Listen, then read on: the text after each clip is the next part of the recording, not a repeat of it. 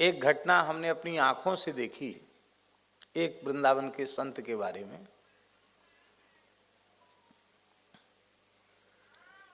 वो कोई सुनी सुनाई बात नहीं, आंखों देखी बात।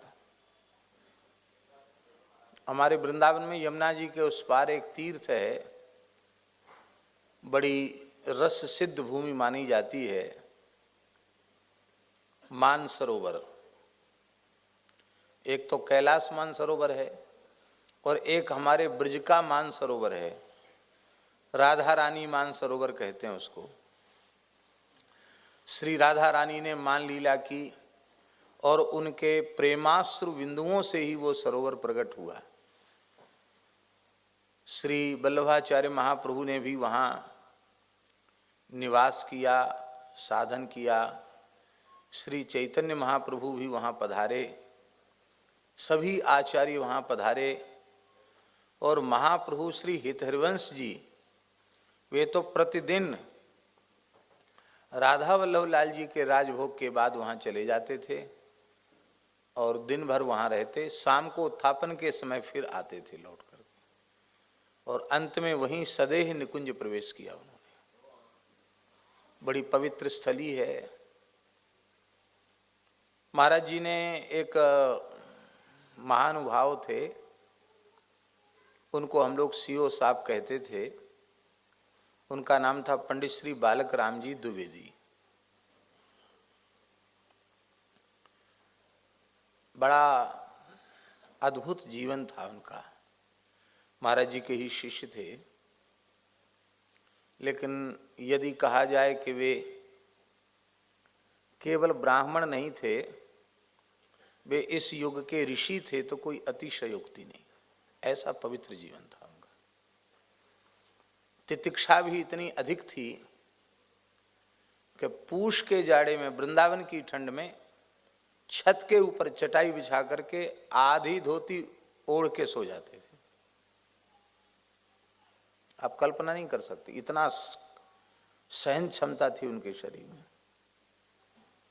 खूब जप खूब करते थे, अच्छे थे,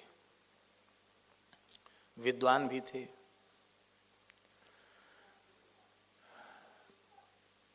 महाराज जी के शिष्य थे, पर महाराज जी उनको अपना मित्र कहते थे। फर्रुखाबाद जिले के थे। आयु भी लगभग महाराज जी के समकक्ष ही थी उनकी। तो जैसे बाबूजी के एक पैर में तकलीफ है, थोड़ा चलने में तकलीफ है, उनको भी तकलीफ थी।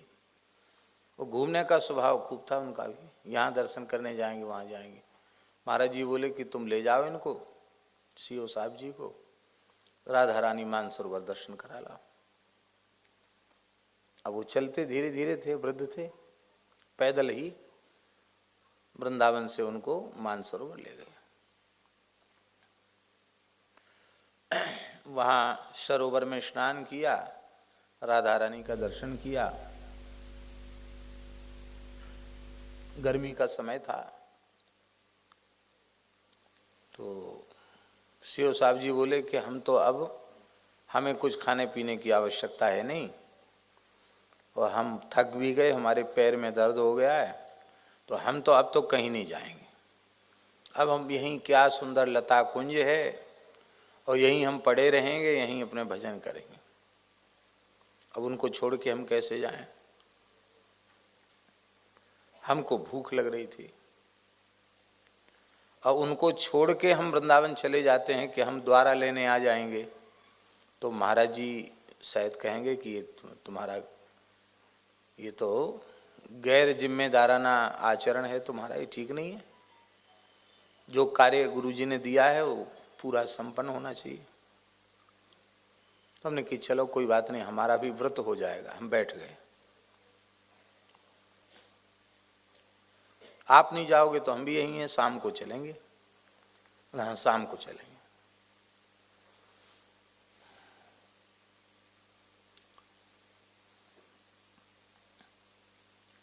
थोड़ी ही देर बाद, लगभग 12 बजे के करीब, आपने देखा होगा, एक महात्मा थे सुदामा कुटी में, मनसुख लाल जी। उनके कई नाम थे, कोई कहता था कलयुग बाबा, कोई कहते थे मनसुख लाल, महाराज जी कहते थे मनसुख लाल, और नाम उनका था श्री ब्रजमोहन दास जी, पुराने संत थे। और परम पूज्य श्री सुदामा दास जी महाराज उनको सतयुग बाबा कहते थे। और परम पूज्य गोरेदाऊ जी वाले बड़े महाराज जी परम पूज्य श्री वैष्णव दास जी महाराज, वो भी उनको सतयुग बाबा कहते थे, और ब्रजवासी उनको कलयुग बाबा कहते थे।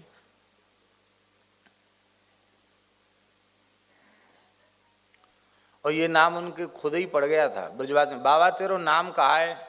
अरे बा नाम कहा हो, कलयुग को बाबा हूं। तो कलयुगी बाबा से कलयुग बाबा हो गए। और महात्मा बहुत अच्छे संत थे। आयु, हमने जो उनकी आयु देखी है 90 वर्ष से ऊपर की आयु थी। और वृंदावन की परिक्रमा 40 से 45 मिनट में लगाते थे, पंचकोशी वृंदावन की परिक्रमा दौड़ के।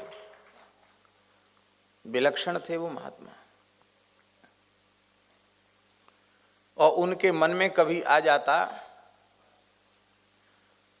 तो एक दिन में आप विश्वास नहीं कर सकते हमारी बात पर, कभी उनके मन में आ जाता तो महाराज जी से पूछते, भक्तमाली जी से, कि गिरिराज जी के परिक्रमा की इच्छा है, राधा रानी और नंदगांव के दर्शन की इच्छा है बरसाने की, आपकी आज्ञा हो तो कल चले जाएं। तो महाराज कहते ठीक है चले जाओ। तो सवेरे चाय पी के वो चलते, गिलास में चाय बना लेते थे। काय में चाय? एक गिलास में चाय बना लेते थे। इतनी सी उनकी सिगड़ी थी, उसका इतना उसका मुंह, 2-4 कोयला में गरम, उसी में एक गिलास में चाय बना लेते थे और कटोरी में पकौड़ी बना लेते थे। छोटी सी कटोरी में पकौड़ी बना लेते। तो वृंदावन से पैदल चलकर, आप सुनकर आश्चर्य करेंगे, वृंदावन से पैदल चलकर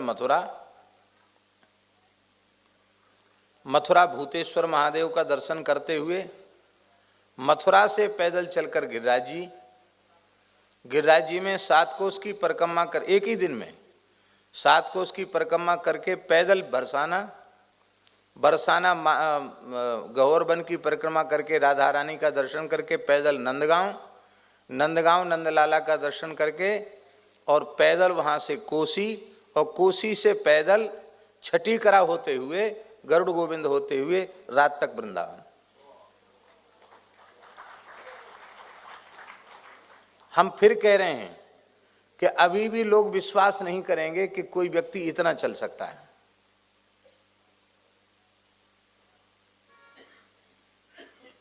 वो तो कोई गिनीज बुक वाला नहीं था, नहीं तो महाराज उनके जैसा तो पूरी दुनिया में कोई इतना चलने वाला। एक दिन में कितना किलोमीटर होगा महाराज जी?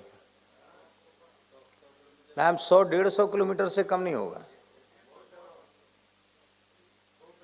हाँ, अब पूरा जोड़ने से पता चलेगा, लेकिन अनुमान है कि 150 किलोमीटर लगभग होना चाहिए। एक व्यक्ति एक दिन में चल ले, संभव है? और वो भी आयु, आप कहेंगे आयु कैसे पता था कि आप कहते 90 साल की है? तो थोड़े बीमार हुए, महाराज जी ने रामकृष्ण मिशन भेजा, तो स्वामी जी ने पूछा बाबा उम्र? बोले ने मानो, जब हम आए तो अंग्रेजी शासन था, बिरला मंदिर की नींव खुद रही थी। तो स्वामी जी बोले उसको तो 80 साल हो गए। बोले अब हिसाब किताब पढ़े लिखे जाने, हम तो पढ़े लिखे हैं नहीं। और पूज्य श्री सुदामा दास जी महाराज स्वयं कहते थे, इनसे पुराने संत अभी कोई दूसरे नहीं है। ये तो हम अनुमान करें ना, और भी अधिक आयु हो सकती उनकी।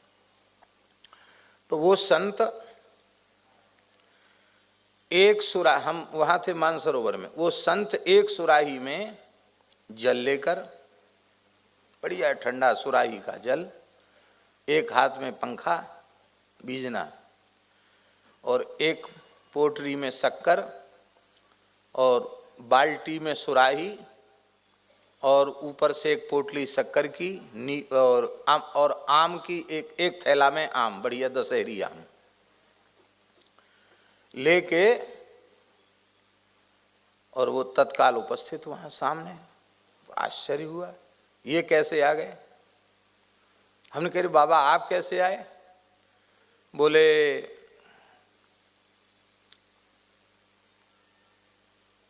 मेरे राम के मन में आया कि ये बुढ़े तो वहीं पड़ जाएंगे जाके और हमारे पंडित जी दिन भर भूखे रह जाएंगे, तो ये बढ़िया दशहरी आम है और ये बढ़िया ठंडा सुराही का जल है, तुरंत अभी बनाए।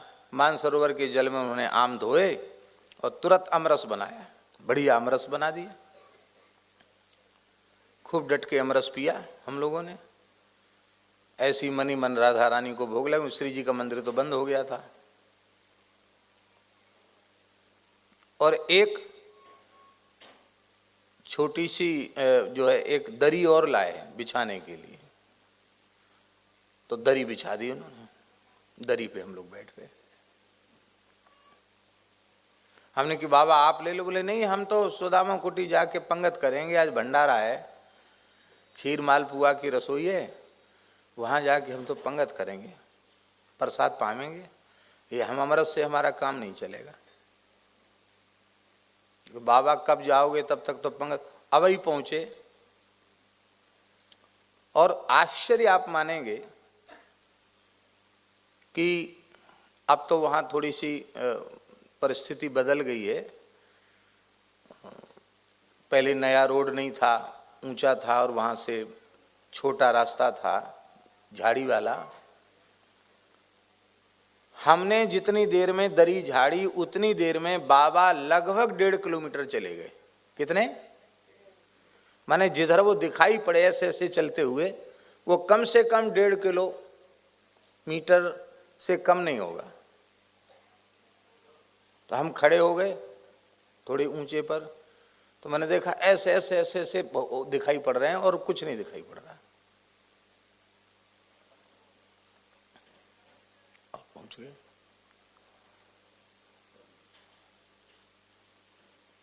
आज भी हमें विश्वास नहीं होता है कि दौड़कर भी इतने जल्दी 1-1.5 मिनट में 1-1.5 किलोमीटर कौन चला जाएगा? 1 मिनट में चला जाएगा कोई 1-1.5 किलोमीटर है? हाँ, कैसे चले गए? साइकिल से भी नहीं जा सकते हैं? नहीं, वो पगडंडी का रास्ता, कोई वैसा रास्ता नहीं। बढ़िया अच्छा रास्ता हो तो कोई बात नहीं। तो हमको बहुत भारी आश्चर्य हुआ। और जो सीओ साहब जी थे वो तो बड़े पढ़े लिखे आदमी थे, उनको भी बहुत आश्चर्य हुआ। बोले ये महात्मा तो कोई विलक्षण है।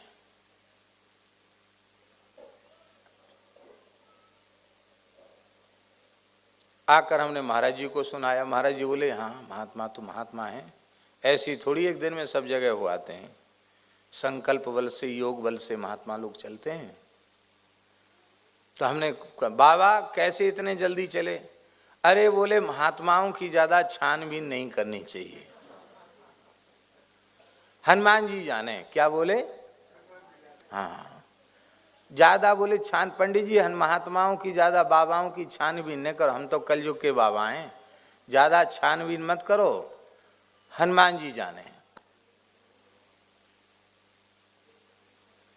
तो यही बात हम अनंत दास जी के बारे में कह रहे हैं कि हनुमान जी जाने, ज्यादा छानबीन मत करो कि कैसे वहां पहुंच गए, कैसे वहां से आ गए एक दिन में। अब तो इस कोरोना जब से हुआ है तब से विदेश नहीं जा रहे हैं, नहीं तो महाराज देश में एक नगर में एक रात और भारत के बाहर एक देश में एक रात।